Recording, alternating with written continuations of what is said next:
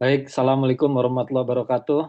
Selamat pagi kepada Presiden INA HRS, Ketua ASM ke-12 INA HRS, Profesor, Dokter, teman sejawat sekalian, serta para residen yang saya banggakan, dan Sekretariat INA HRS dan tim IT. Jadi pada pagi hari ini kita akan melanjutkan ECG Championship kualifikasi residen tahap kedua. Acara ini merupakan acara rangkaian dari Annual Scientific Meeting INA HRS ke-12 yang rutin kita lakukan tiap tahun. Saya Haikal bersama dengan Dr. Elis dan Dr. Jansen yang akan memandu acara ini. Sebelum kita lanjutkan kualifikasi ECG Championship ini, mari kita berkenalan dengan beberapa panelis yang akan membantu dalam pembahasan soal-soal EKG di akhir acara ini. Panelis yang pertama adalah Dr. Edo. Boleh tolong ditampilkan slide-nya. Dr. Edo Tondas, beliau merupakan konsultan kardio elektrofisiologis dari Palembang, dari Sriwijaya Hospital. Beliau menamatkan medical doctor di Sriwijaya University Palembang, kemudian melanjutkan kardiologis di Fakultas Kedokteran Universitas Indonesia, kemudian fellowship training di Harapan Kita, dan melanjutkan di beberapa fellowship training interventional cardiology di luar seperti di Vietnam, di China, dan sempat attach fellowship di Amerika. Beliau juga menamatkan PhD-nya di University Sriwijaya. Saat ini beliau aktif sebagai electrophysiologist consultant di Rumah Sakit Dr. Muhammad Husin Palembang. Beliau juga Kepala Departemen Kardiologi di Rumah Sakit Muhammad Husin Palembang. Kemudian untuk panelis yang kedua, adalah Dr. Ragil. Beliau juga cardiac electrophysiologist. Beliau menamatkan medical doctor di University of Airlangga, Surabaya. Kemudian menamatkan cardiologist juga di University Airlangga. Dan melanjutkan fellowship trainingnya di Harapan Kita, di Pusat Jantung Nasional Harapan Kita. Saat ini beliau aktif berperan sebagai electrophysiologist consultant di Rumah Sakit Ramelan, Rumah Sakit Angkatan Laut Ramelan Surabaya, dan Siloam Hospital Surabaya. Untuk panelis yang ketiga, Dr. Sebastian Andi Manurung. Beliau juga seorang electrophysiologist yang cukup terkenal di Jakarta ini ya. Beliau menamatkan medical doctor di Universitas Pajajaran, kemudian menamatkan kardiologisnya juga di FKUI, dan melanjutkan fellowship training di Rumah Sakit Harapan Kita, Pusat Jantung Nasional Harapan Kita. Saat ini beliau aktif sebagai electrophysiologist consultant di RSUD Tarakan, Jakarta. Baik, tanpa menunda lebih lama lagi, mari kita mulai ECG Championship pada pagi hari ini. Oke, dari wajahnya udah pada ready semua, udah pada senyum. Baik, kita mulai tim IT dan sekretariat. 3, 2, 1, mulai.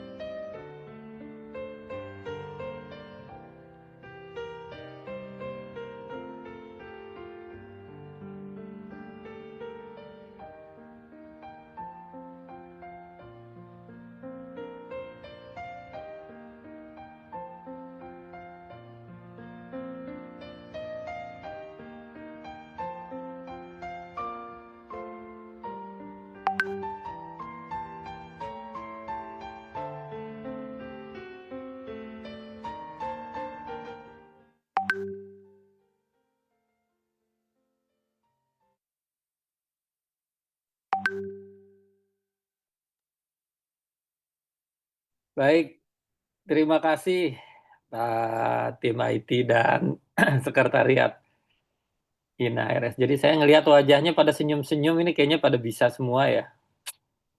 Wah, kayaknya soalnya terlalu mudah ya. Baik, eh pagi ini saya mengundang 3 panelis, Dr. Edo Tondas, Dr. Ragil, dan Dr. Sebastian Andi Manurung untuk bergabung bersama dan kita akan membahas soal ini satu demi satu. Kami berharap bisa memberikan pencerahan terhadap para residen yang kita banggakan ini. Boleh di-share soal nomor 1? Baik, untuk soal nomor 1 ini saya minta bantuan ke Dr. Sebastian. Ya, Dr. baik. Sebastian Andi Manurung untuk bantu menjelaskan. Ya, Silakan Dr. Sebastian. baik. Selamat pagi teman-teman semua. Selamat pagi para panelis dan moderator dan semua tim. Ini jawabannya saya kira bisa straightforward ya. Jadi kita kalau misalnya untuk menentukan PVC sebenarnya banyak algoritma. Cuman algoritma yang mungkin sudah sering kita pakai adalah algoritma dari Enriquez ya. Enriquez kita menentukan bahwa pertama adalah aksisnya dulu. Pertama, 2-3-nya ini negatif-negatif, berarti dia adalah superior axis. Kemudian kita lihat bentuknya adalah RBBB ya, RBBB. Dan kita lihat salah satu fitur yang jelas kalau dari algoritma Enriquez adalah ini memang R per S-nya di V6 ini kurang dari 1. Jadi bisa antara 2, yaitu posterior popliteal muscle atau dengan left posterior fascicle. Cuma kita lihat, ini fitur yang cukup khas adalah dia narrow QRS-nya ya. Narrow QRS. Nah, ini merupakan jawabannya adalah C ya. Left posterior fascicle origin. Teman-teman juga mesti aware bahwa salah satu guidelines dari ventricular arrhythmia untuk ablations, untuk PVC dan VT, yang direkomendasikan untuk ablasi 1B itu adalah dua origin, yaitu RVOT origin dan fasciculus origin.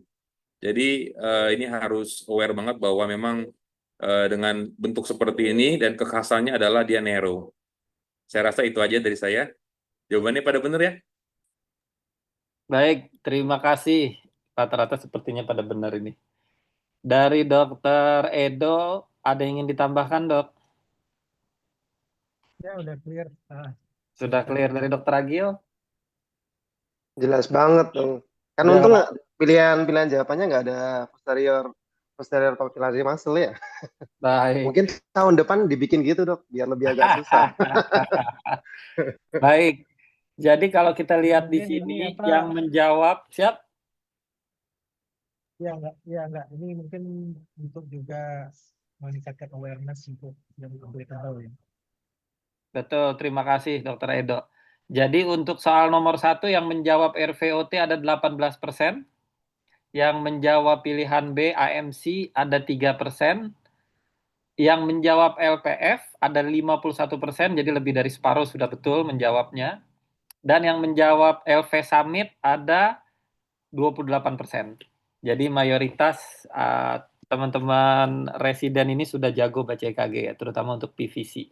Yang ingin ditekankan di sini sama panelis adalah untuk indikasi ablasinya itu kelas 1 pada ini dibandingkan dengan obat-obatan. Terima kasih. Kita lanjutkan ke soal nomor 2.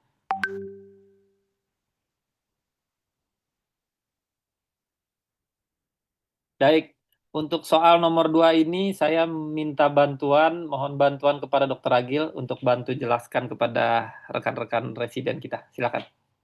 Oke, kalau kita fokus ke ECG-nya, ini ECG kita bisa lihat di sini ECG-nya dia ada RBBB nih ya. Jelas nih ya, positif di V1 RBBB, RBB-nya dia komplit. Kemudian kalau kita perhatikan lagi dia ada AP block derajat 1 nih. Nih. Ke QRS-nya dia lebih dari 1 kotak sedang, 5 kotak kecil. Lebih dari 200 milisecond, dia pasti AP block derajat 1. Yang lainnya, kalau kita misalnya lihat RBBB, kita juga harus perhatiin tuh, aksisnya memang dia aksisnya RAD apa enggak, sama kita harus perhatiin kalau kita perhatikan di sini nih, ini dia negatif tuh, cenderung negatif tuh kan. Ini kan di lead satunya dia negatif, satu sama AVL-nya dia negatif, tapi di lead 2 3 AVF, di lead inferiornya dia positif tuh. R-nya lebih tinggi nih. R-nya lebih tinggi, S-nya nggak terlalu dalam. Ini khas gambaran suatu left posterior fasciculus block. Jadi sebenarnya mirip kayak yang tadi tuh, yang PVC yang fasciculus. Itu kan gambarannya gitu juga. Dia ada positif yang lead 1 AVL-nya positif. Kalau dia lead 1 AVL-nya positif, 2 3 AVF-nya dia akan negatif. Itu gambaran biasanya fasciculus block.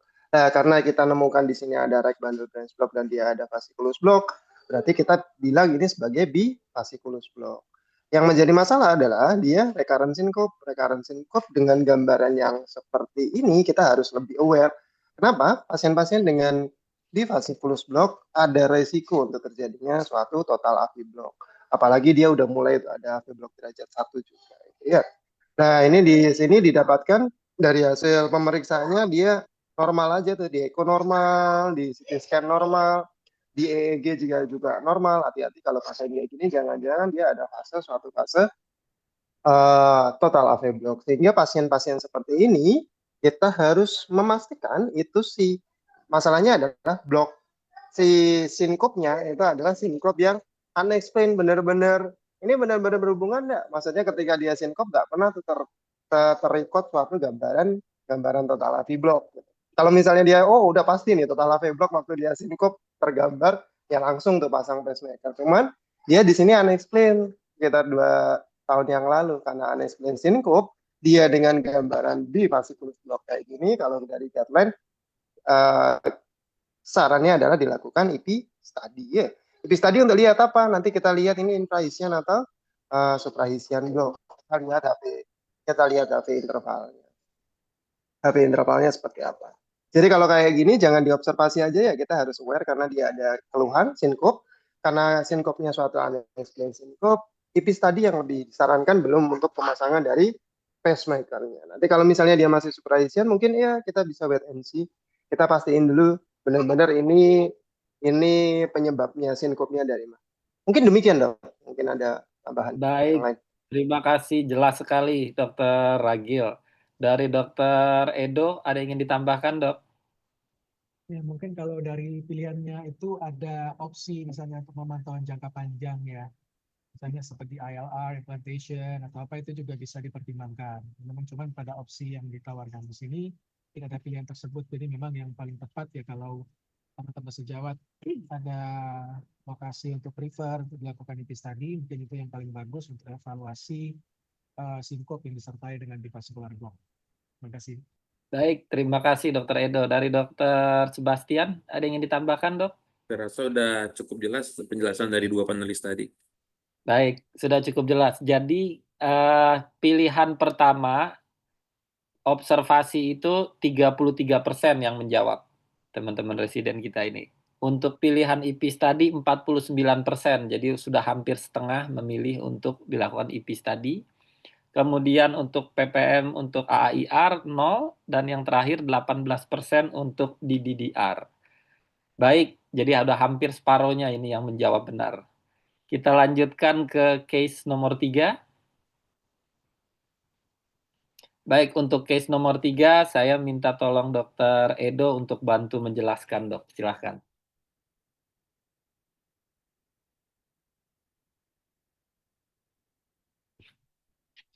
Dokter Edo, mohon maaf, belum di-unmute.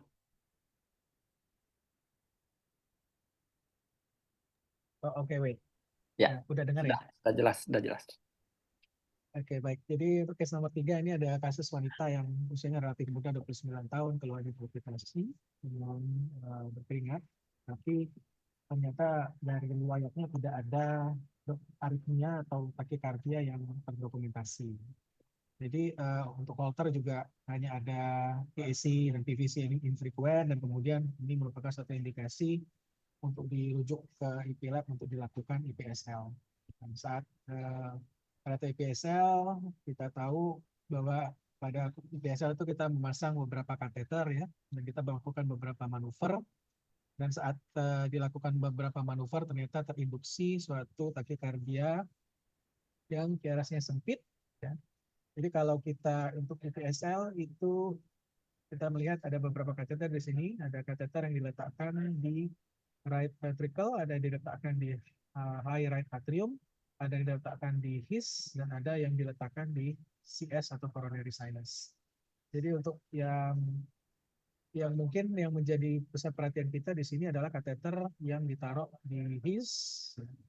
Jadi kalau kita melihat gambaran EGM, intrakardiak elektrokardiografi di his ini, kita melihat ada yang namanya gelombang A, gelombang H, dan gelombang V. Jadi dia bisa terlihat ketiga-tiganya ya. Dan di sini juga ada manuver yang diberikan.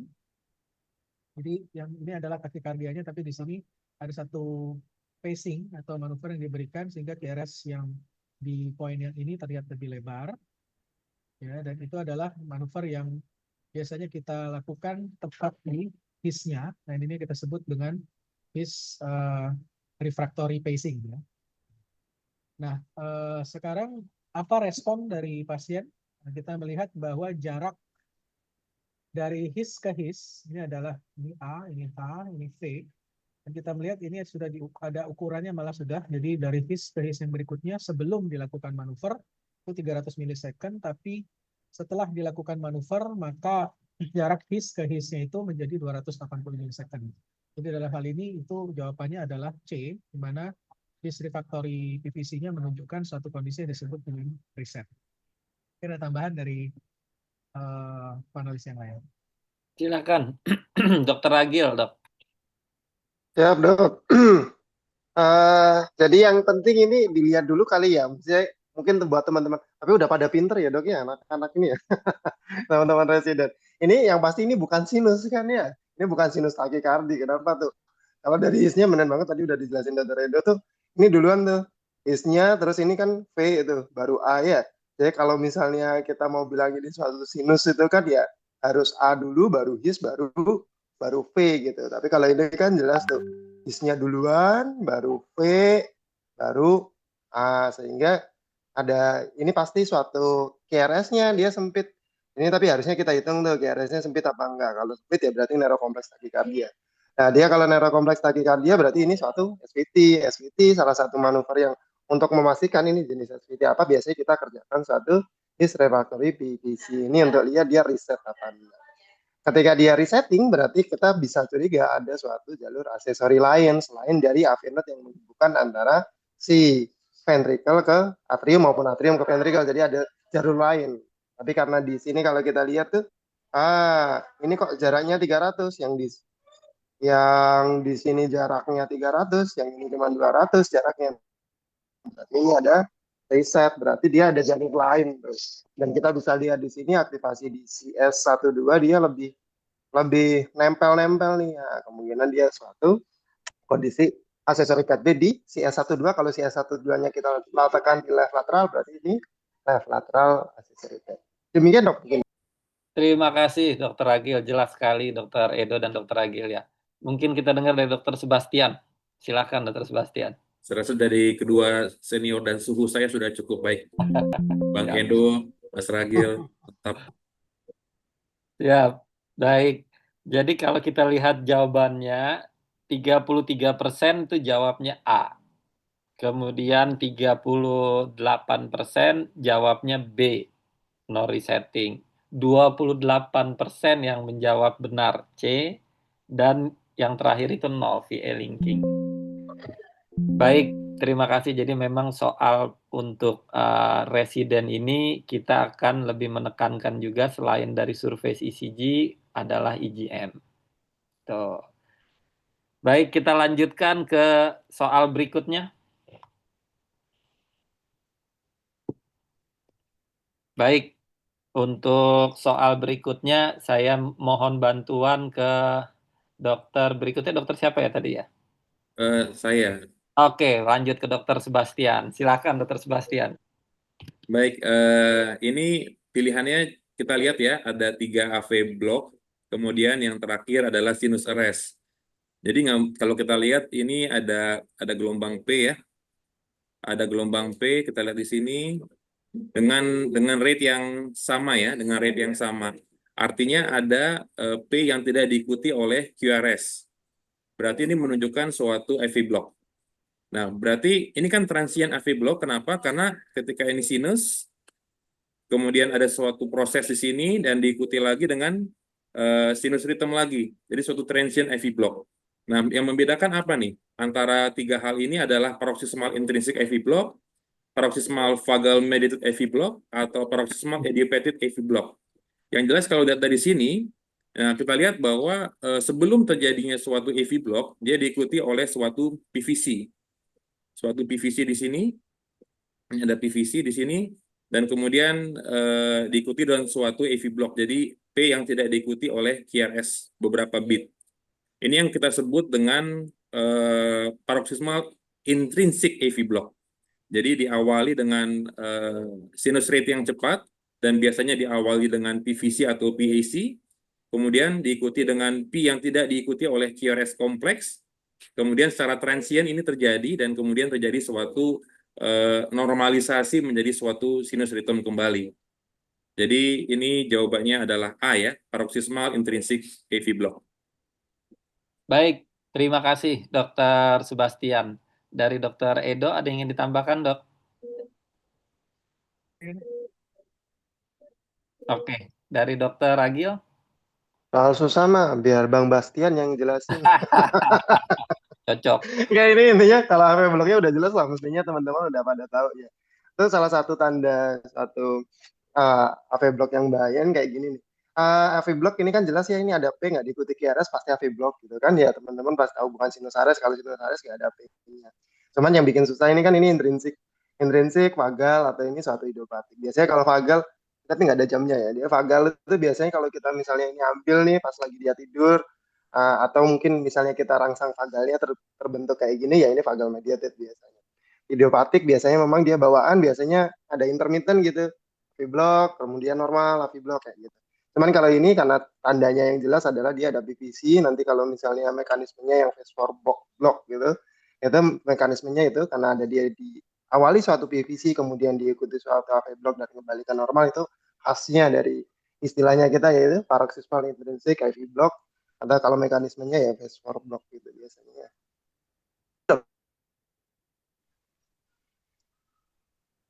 Baik, terima kasih Dr. Ragil. Penjelasan detail ya dari Dr. Sebastian dan Dr. Ragil. Jadi untuk jawaban A ini sebanyak 56% yang menjawab benar. Jadi lebih dari separuhnya sudah menjawab benar. Yang jawaban B 15%, vagal mediated. Kemudian yang menjawab C, idiopatik, itu 8%, dan 21% menjawab sinus arrest. Itu. Baik, terima kasih. Kita lanjutkan ke case berikutnya. Baik, untuk berikutnya saya mohon bantuan Dr. Edo untuk bantu menjelaskan, Dok.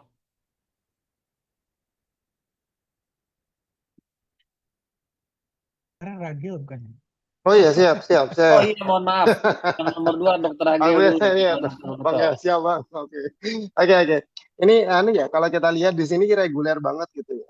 Biasanya kalau kita lihat ECG reguler gini, QRS-nya irregular, kita mikirnya adalah suatu atrial fibrilasi. Biasanya paling gampang gitu kalau saya ngajarin dokter muda, pokoknya kalau nemu QRS-nya sempit, habis itu irregular banget, udah mikir pertama suatu atrial fibrilasi. Tapi kalau teman-teman residen jangan ya. Kita harus benar-benar pastiin ini suatu atrial fibrilasi atau jenis yang lain. Ini kalau teman-teman perhatikan sekali, sebelum ada sebelum QRS selalu ada gelombang P, tapi kalau misalnya kita perhatiin gelombang P-nya selalu beda-beda tuh. Gelombang P-nya sini, kemudian di sini, kemudian gelombang P-nya ini, kemudian ini P, pasti P juga ini P kan, yang depannya ini dia P gitu kan. P-nya sini, dia bentukan P-nya dia beda-beda, paling nggak ada 3 morfologi tuh gelombang P-nya. Ini yang kita namakan sebagai multifocal atrial tachycardia, karena dia cepat ya, multifocal atrial tachycardia. Wandering pacemaker gitu biasanya istilah lainnya. Jadi kalau ini bukan suatu gambaran atrial fibrilasi ya. Sinus takikardi dengan PAC, kalau sinus takikardi gelombang P-nya maksudnya bentukannya akan sama dulu, kemudian ada suatu PAC. Ini bukan juga ya, malah sebenarnya yang agak ada jarak panjang ini. Apakah ini suatu tipikal atrial flutter? Kalau typically atrial flutter, kuncinya adalah selalu gelombang P-nya di lead 2 sama lead 3 biasanya khas banget dan dia bentukannya sama banget. Terus kalau biasanya tipikal seringkali adalah rate-nya itu biasanya rate untuk QRS-nya ketika dia AV node-nya dia tidak ada masalah, biasanya rate-nya 150 dengan rate dari atrialnya biasanya 300. Kalau belum ada perubahan aneh-aneh dari si atrium maupun AV node-nya biasanya khasnya demikian. Tapi ini pasti bukan kalau tipikal atrial flutter. Mungkin ya kalau atipikal mungkin, cuman masih agak ini lebih kalau kita benar-benar lihat gelombang P-nya, dia memang ada beberapa gelombang P yang berbeda. Kalau misalnya ada jawaban atipikal atrial flutter mungkin bisa jadi pilihan mungkin ya dok ya. Tapi masih baik dokter Aikal nggak dikasih tambahan atipikal atrial flutter. Mungkin demikian dok. Baik, dari Dokter Edo, Dok, ada yang ingin ditambahkan? Ya, jadi memang harus sangat teliti untuk melihat morfologi dari gelombang P. Jadi kalau atrial fibrilasi itu kita tahu mekanismenya kan memang ada microwavelet dan mungkin gelombang P-nya lebih chaotic dan memang kita tidak bisa melihat morfologi gelombang P yang jelas. Nah, pada EKG ini kita melihat masih ada beberapa gelombang P yang masih terlihat dan masih cukup jelas. Memang MAT ini kadang-kadang terjadi pada kasus-kasus non-kardiak seperti PPOK misalnya yang menunjukkan mungkin sains bisa dikaitkan secara klinis dengan kor pulmonal. Ya, tapi juga kadang-kadang kita menganggap MAT ini secara klinis adalah suatu prelude atau pendahuluan. Pasiennya bisa jadi suatu saat bisa menjadi atrial fibrilasi, sehingga kita perlu monitor dengan lebih ketat untuk mencari AF-nya sendiri. Terima kasih. Terima kasih, Dokter Edo. Dari Dokter Sebastian, ada yang ingin ditambahkan, Dok? Ya, seperti yang tadi sudah dijelaskan oleh Dr. Agil ya. Jadi dan Dr. Edo juga ini satu hal yang mungkin kalau kita lihat secara kasat mata aja nih mungkin jawabannya adalah atrial fibrilasi gitu ya. Tanpa kita perhatikan kompleks gelombang P yang ada di sebelum QRS-nya. Tapi kalau kita lebih seksama lagi, lebih hati-hati lagi, kita melihat bahwa memang ada satu konsistensi di situ, tapi memang morfologinya berbeda-beda. Seperti yang tadi sudah dijelaskan oleh Dr. Agil. Saja, terima kasih. Baik, terima kasih. Kalau Jadi AF nggak mungkin dikeluarin di ECG Championship ya dok ya. Jadi yang jawab AF itu ada 2%. Yang jawab AF itu ada 10%. Yang jawab AF. Justru mayoritas menjawabnya adalah flutter. Dijawabnya adalah typical atrial flutter dengan variabel AV block. Tadi para panelis sudah bantu menjelaskan, lihat morfologi gelombang P-nya. Paling mudah itu di V1 atau di inferior lead. Kita sudah bisa melihat setidaknya ada 3 morfologi gelombang P yang berbeda-beda. Dan pasien ini during recovery treadmill. Jadi setelah di treadmill bagus, recovery-nya menit ke 2 menit 34 detik, heart rate-nya masih 90% dengan morfologi seperti ini. Di menit ketiga, heart rate-nya makin cepat lagi, jadi 96 apa 95% gitu. Jadi terima kasih para panelis, kita ingin menekankan kembali yang irreguler itu bukan hanya AF. Ketika teman-teman ketemu suatu EKG dengan QRS irreguler, tidak semuanya AF. Dan tidak semua flutter, bisa juga multifocal AT. Terima kasih, kita lanjutkan ke soal berikutnya. Baik, nah, kalau soal yang IGM biasanya Dr. Edo nih ya. Silakan Dr. Edo. Terima kasih. Ini sebenarnya tadi kalau teman-teman menilik dengan baik, ini sebenarnya case-nya sama ya dengan yang tadi di case berapa tadi? Case 3 ya. Pasiennya sama, ya ini dilakukan suatu EP study. Tadi kita sudah juga menjelaskan bahwa kalau kita lakukan EP study ada beberapa kateter yang tujuannya diletakkan di chamber-chamber tertentu untuk menseparasi IgM-nya ya, baik A, H maupun V untuk melihat hubungan sebenarnya antara bagaimana IgM antara IgM dari atrium misalnya, wave dari atrium A dan P. Jadi tadi Dr. Agil juga sudah menjelaskan. Nah, untuk mengetahui diagnosis daripada ini neurokompleks takikardianya ini apa, tadi satu kuncinya tadi di his reset tadi ya. Jadi setelah dikasih manuver reset pada his itu ternyata terjadi reset dan itu menunjukkan adanya aksesori pathway. Jadi VPC yang masuk pada saat kita kasih manuver itu masuk ke jalur yang lain selain lewat his ya. Nah, dan kemudian kunci yang lain adalah kateter CS-nya. Jadi kita biasanya menaruh kateter CS dan di sini sudah kita kasih hint atau petunjuk bahwa biasa kita pakai kateter yang namanya dekapolar. Ya, dekapolar jadi ada sekitar 10 elektroda yang terdapat pada kateter tersebut ya.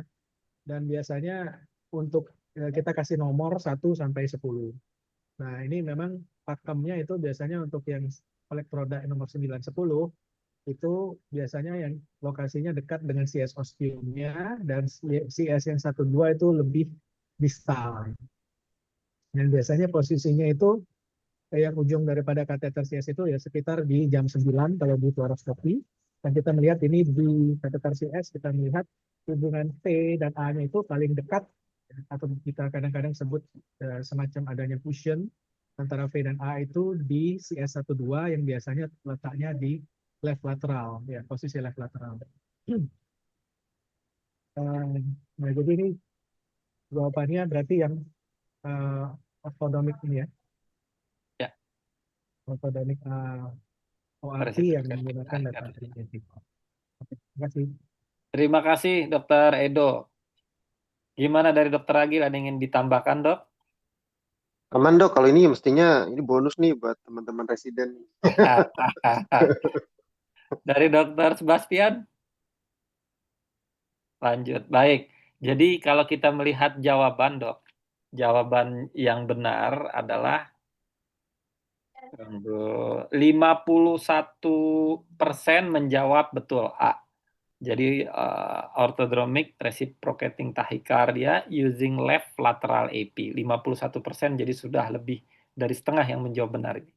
Kemudian jawaban B, nodohisian accessories pathway menjawab yang menjawab B itu 13%, pilihan B. Sementara yang C 21% menggunakan ORT using left posteroseptal dan ORT using left posterolateral sebanyak 15%, pilihan D. Nah, gimana kita membedakan, Dokter Edo, Dokter Agil, atau Dokter Sebastian, membedakan antara septal dengan lateral, Dok, pada kondisi seperti ini, Dok?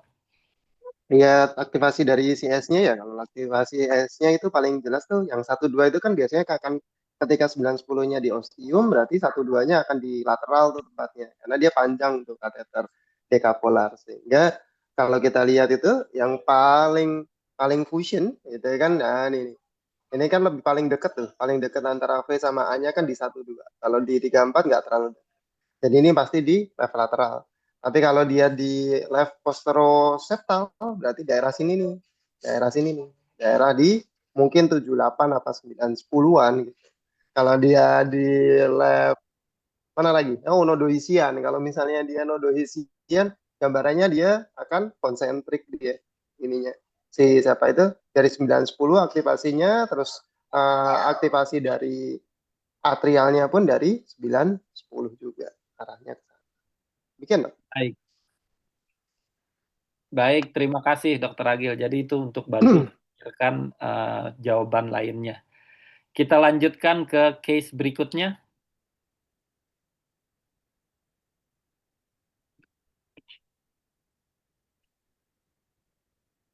Baik. Oke, Untuk berikutnya, Dokter Sebastian, silakan, Dok. ya. Jadi ini salah satu ya itu tricky questions ya. Jadi 1 hari setelah ablasi menunjukkan EKG seperti ini ya. Kita lihat ada saya notes di sini ada gelombang seperti ini ya. Nah ini dan tapi kita harus perhatikan juga bahwa pasien ini mengalami tidak ada simptom sama sekali ya, no symptoms, dan hemodinamiknya stabil. Jadi ini yang kita harus evaluasi betul ya. Kadang kita karena sebagai seorang kardiologi ya, kita pikir jangan-jangan T inverted, tapi T invertednya ini juga sebenarnya dia tanpa ada gejala. Yang kita mesti perhatikan adalah bahwa pasien ini baru saja menjalani suatu ablasi yang dilokasikan di right posteroseptal pathway, accessories pathway. Dan ini yang kita sebut dengan namanya suatu electrophysiological remodeling. Jadi ada suatu electrophysiological remodeling yang terjadi dan biasanya dia sejajar dengan delta wave-nya, dengan arah accessories pathway-nya. Oleh karena itu yang ini kita sebut dengan suatu kondisi namanya memori ya, suatu memori yang terjadi T-wave memori yang terjadi setelah ablasi posteroseptal. Jadi kayaknya kalau pilihan A, B, dan C hampir senada ya. Jadi sebenarnya kita pilihan jawabannya adalah no further evaluations dan memori sel T memori ini bisa sampai 3 bulan dan bahkan bisa resolusi sampai 6 bulan ya, sampai 6 bulan. 3 sampai 6 bulan. Jadi kita bisa evaluasi terus dan kita nggak usah terlalu khawatir akan terjadinya hal seperti ini karena ini lazim terjadi pada kondisi-kondisi ablasi right posteroseptal pathway. Sekian. Baik, terima kasih. Terima kasih Dokter Sebastian. Dari Dokter Edo ingin ditambahkan, Dok? Ya, yang mungkin memang kita pada saat seorang interventional electrophysiology itu melakukan suatu ablasi, apalagi ini pada posteroseptal pathway ya. Posteroseptal pathway itu letaknya biasanya di dekat CS ostium. Ya juga kadang-kadang juga terlalu bersemangat misalnya untuk melakukan ablasi sampai harus masuk ke dalam CS ostiumnya sendiri. Dan kadang-kadang memang betul komplikasi yang kadang-kadang perlu kita waspadai adalah misalnya gangguan pada koroneri kanan yang letaknya juga kurang lebih dekat di situ. Nah, jadi kalau pasien ini dengan EKG seperti ini, apalagi ada elevasi, kadang-kadang disertai chest pain, memang kita harus cepat antisipasi ya, misalnya untuk melakukan coronary angiography, cek troponin, dan lain-lain ya. Nah, tapi karena pasien ini tidak ada gejala sama sekali ya kita tidak berpikir ke arah sana. Nah, kadang-kadang pada saat kita juga melakukan ablasi juga kadang-kadang kita juga ada komplikasi lain misalnya efusi perikard atau tamponade. Ini biasanya juga ada gejala ya, yang saturasinya tiba-tiba turun atau misalnya tiba-tiba sesak pasiennya. Dan ini kita perlu ekokardiogram. Tapi lagi-lagi pasien ini tidak mengalami gejala apapun dan juga tidak ada pop. Kadang-kadang terdengar suara pop pada saat lakukan ablasi. Nah itu hati-hati ada mungkin ada efusi perikard atau yang lain. Terima kasih. Terima kasih Dokter Edo. Dokter Ragil, ada ingin ditambahkan, Dok? Ampun dok, udah sangat jelas dok. Aman, baik sekali. Jadi memang saya setuju dengan Dokter Edo, kadang-kadang di CS ostium itu ada cabang, nggak jauh dari situ adalah middle cardiac vein, MCV, dan beberapa beberapa kita intervensi harus memperhatikan itu. Dan memang ketika diablasi di dalam MCV, salah satunya adalah kena ke cabang dari RCA. Tapi balik lagi ke soal ini, pasiennya tidak ada keluhan dengan stabil hemodinamik dan T-inverted. Jadi most likely-nya dengan Dr. Sebastian tadi jelaskan adalah T-wave memory. Dan kalau kita lihat di sini, yang menjawab benar itu 74% loh. Jadi rata-rata semua sudah aware dengan kondisi seperti ini ya, teman-teman residen ini. Kemudian yang menjawab A, perlu dikonsul untuk intervensi sebanyak 5%. Kemudian untuk cek troponin itu juga 5%. Dan sisanya yang menjawab C itu sebanyak 15%. Ya, 15%, 15% betul sekali. Jadi mayoritas sudah betul menjawab. Kita lanjutkan ke case berikutnya. Silakan. Berikutnya Dokter Ragil lagi ya. Oke. Silakan Dokter Ragil. Ini ada laki-laki dengan keluhan chest pain dengan ECG yang seperti ini. Oke, mungkin kalau sekilas kita lihat sebenarnya ECG-nya kayak PVC di Gemini ya. Cuman kalau teman-teman perhatiin lagi di sini sebelum gambaran kayak PVC ini selalu ada gelombang P. Terus kalau misalnya PVC itu kan sebenarnya juga namanya prematur, jadinya harusnya dia tempatnya lebih agak ke sana tuh. Harusnya beneran prematur, tapi ini kan bukan prematur dia ya. Karena bukan prematur, ini bukan PVC ya. Kalau PVC mungkin memang tempatnya lihat kayak gini ya, oke lah AMC mungkin ya, PVC AMC. D itu tepat banget ya. Cuman sebelum sebelum QRS lebar ini selalu ada gelombang P. Dan kalau kita perhatiin antara P ke QRS-nya, kalau di sini P ke QRS-nya dia ada jarak, P ke QRS yang di sini dia hampir-hampir nempel. Sehingga ini merupakan gambaran suatu aksesori pathway gitu. Suatu aksesori pathway. Dan kalau lokasinya ini ya di kiri ya mestinya dia lokasinya di kiri lateral. Nah, ini terus kalau kita perhatiin lagi dia intermittent nih. Kayak Big Mini gitu kan ya. Uh, normal, beat, kemudian WPW, normal beat, WPW. Dengan kalau kita perhatikan rate-nya selalu sama nih. Rate di sini ini sekitar 75 lah, 80 kali per menit. Ke belakangnya juga sama tuh 80 kali per menit. Tapi dengan rate yang sama, dia kadang aksesori pathway-nya kadang nyambung, aksesori pathway-nya kadang nggak nyambung. Ini salah satu tanda bahwa ini suatu aksesori pathway yang sangat mungkin suatu aksesori pathway yang dia jinak. Kenapa jinak atau luris? Itu kenapa? Karena ketika biasanya pasien-pasien yang seperti demikian, ketika dilakukan treadmill test, dia akan menghilang si WPW-nya. Karena IRP-nya dari aksesori pathway nggak terlalu tinggi. Sehingga resiko untuk terjadinya suatu SVT kecil, terjadinya suatu AF-WPW juga sangat kecil, AF-WPW yang mematikan kecil karena biasanya IRP-nya sangat-sangat panjang, sangat tinggi atau IRP-nya dia nggak kurang dari 250 biasanya. Mungkin demikian. Jadi kalau misalnya jawaban yang paling tepat mestinya ya dok ya, low risk suatu aksesori pathway. PVC bukan pasti. Kalau high risk jarang sekali yang gambaran seperti ini, kecuali kalau misalnya ini BPW-nya muncul tapi dia rate tinggi banget, rate-nya di sini ketika dia sinus rate-nya sangat tinggi, mungkin rate-nya di 200 kali per menit baru dia hilang. Oke lah, ini masih mungkin suatu hari. Atau dia muncul terus-menerus. Itu dok, mungkin dok ada Baik. apaan mungkin yang lain. Terima kasih Dr. Agil. Dari Dr. Edo, dok, ada yang ingin disampaikan? Clear. Clear. Dr. Sebastian? Mungkin tadi tambahan sedikit di V5 itu jelas banget ya. Jadi pair intervalnya pendek di sini, kemudian ada delta wave-nya juga sangat apparent di situ ya. Cuman pada rate yang segini itu aja udah intermittent seperti tadi dikatakan oleh Dr. Ragil ya. Jadi kekuatan atau kekuatan daripada aksesoris pathway-nya ini ya kita bisa bilang ini adalah suatu kondisi yang low risk. Baik, terima kasih. Jadi yang menjawab low risk itu 31%, dok. Nah, yang lain itu pilihan PVC 33%, PVC from LV Summit. Kemudian yang menjawab high risk accessories pathway 21% dan yang menjawab PVC from AMC 15%. Jadi yang ingin kami highlight di sini buat teman-teman residen adalah ketika ketemu QRS lebar, lihat gelombang P-nya. Jadi kalau ini suatu PVC, dia harus independen dari atrialnya. Artinya tidak ada gelombang P di depan dari QRS yang lebar tersebut. Nah, memang sengaja pilihannya kita bikin PVC. Kita ingin melihat apakah teman-teman bisa melihat P-wave-nya apa enggak. Dan penjelasan dari para panelis sudah sangat detail sekali. Baik, kita lanjutkan ke case berikutnya.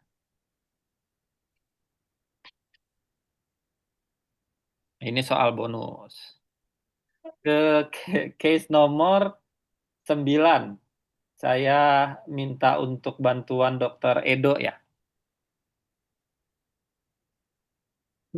Jadi di sini kita melihat ada suatu takikardia ya, jelas rate-nya mungkin di atas 200 ya kali per menit, komponen pendek dan relatif lebar.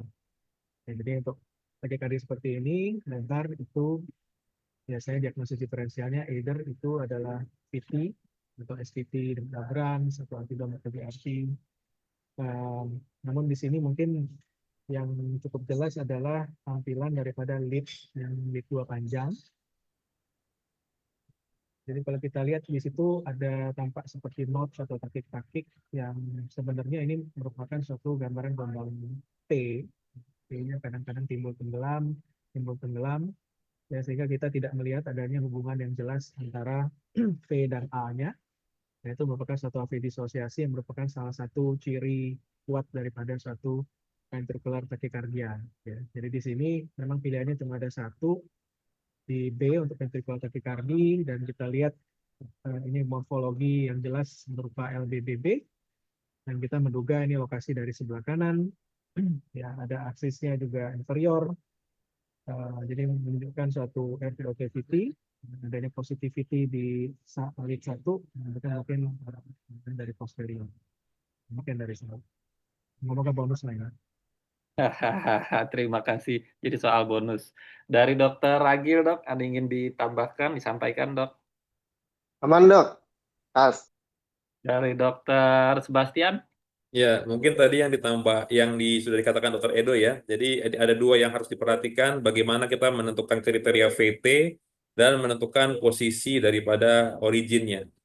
Jadi itu yang harus kita, dengan tadi origin yang tadi dijelaskan seperti yang dikatakan oleh Dr. Edo, dengan inferior axis, dengan LBBB, ya seperti yang dikatakan di algoritma Enriquez tadi, memang ini mengarah ke origin di RTOT dan merupakan suatu VT ya. Baik, terima kasih. Dan memang 77% menjawab benar. Jadi semua residen 77% ini sudah bisa menjawab dengan benar. 10% menjawab AVRT antidromik. Kemudian 13% menjawab SVT dengan aberransi. Dan 9% menjawab atrial flutter dengan aberransi. Yang jawab salah itu kayaknya ragu dok, RVOTVT kok dikeluarin gitu. Karena berpacu Ternyata dengan dikeluarin. waktu, Iya. kemudian ngelihat ini kok ini ya, dicari yang susah.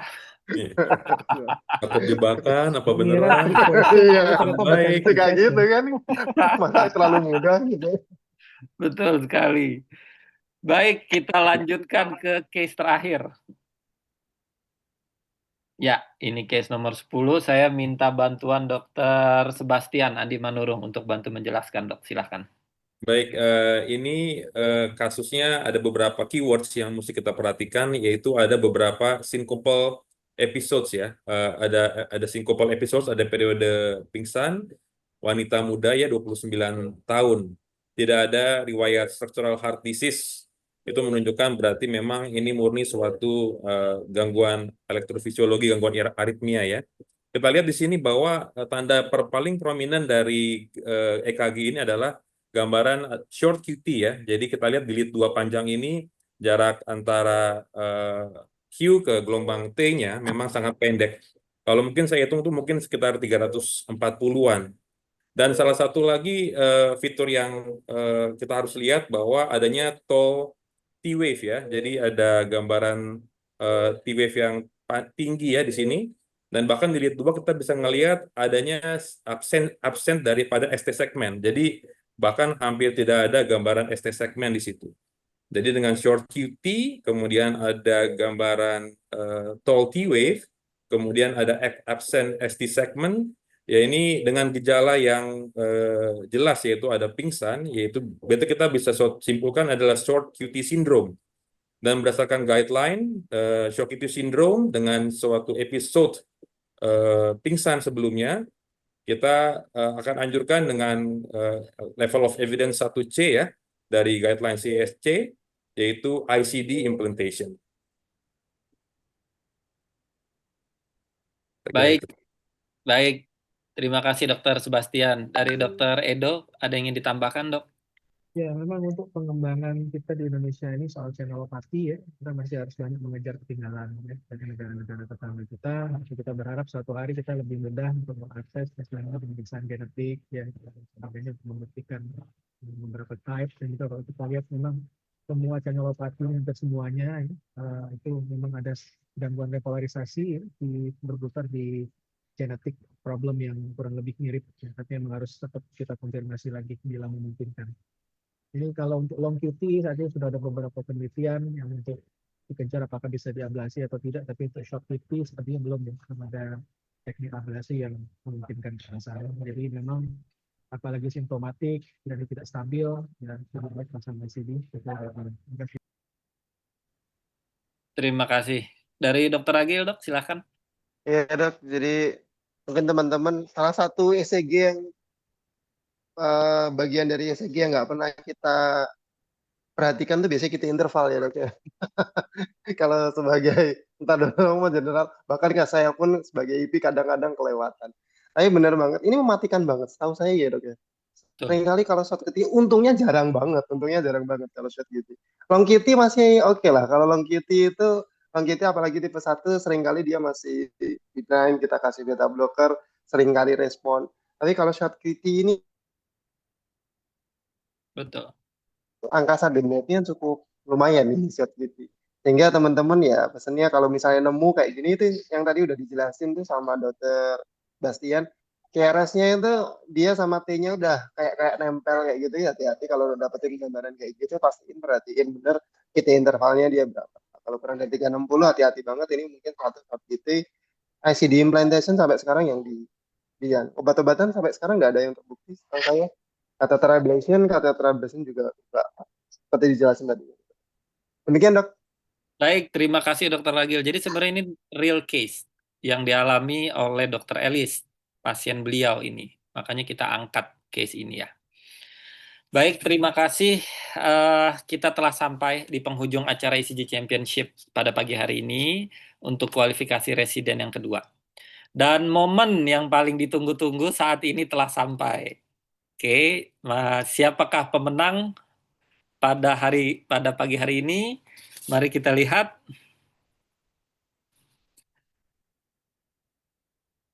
Selamat kepada grup Wenkebach, Dr. Jason, Dr. Daylan, dan Dr. Sheila dari Unsrat dengan average point 485. Kemudian dari grup Undip B, Dr. Hardi, Dr. Rizkon, Dr. Syahdi dari Undip dengan average point 410. Dan grup Karna, Gusti Ngurah Prana Jaganata, Dr. Maya, dan Dr. Tiffany. Dr. Gusti, Dr. Maya, dan Dr. Tiffany dari Udayana dengan average point 376 poin. Selamat kepada para peserta. Alhamdulillah, acara hari ini kita telah berjalan dengan lancar. Saya mengucapkan terima kasih kepada para panelis, Sekretariat INA HRS, tim IT yang telah membantu acara ini agar berjalan dengan lancar. Dan kita juga mengucapkan selamat kepada para pemenang pada hari ini dan sampai bertemu di final ECG Championship yang akan datang. Saya bersama tim mohon diri. Terima kasih. Assalamualaikum warahmatullahi wabarakatuh. Selamat pagi teman-teman sejawat semua. Terima kasih Bang Basti, Bang Edo, Dr. Basit, Selamat buat Dr. semuanya. Ragil. Terima kasih semua.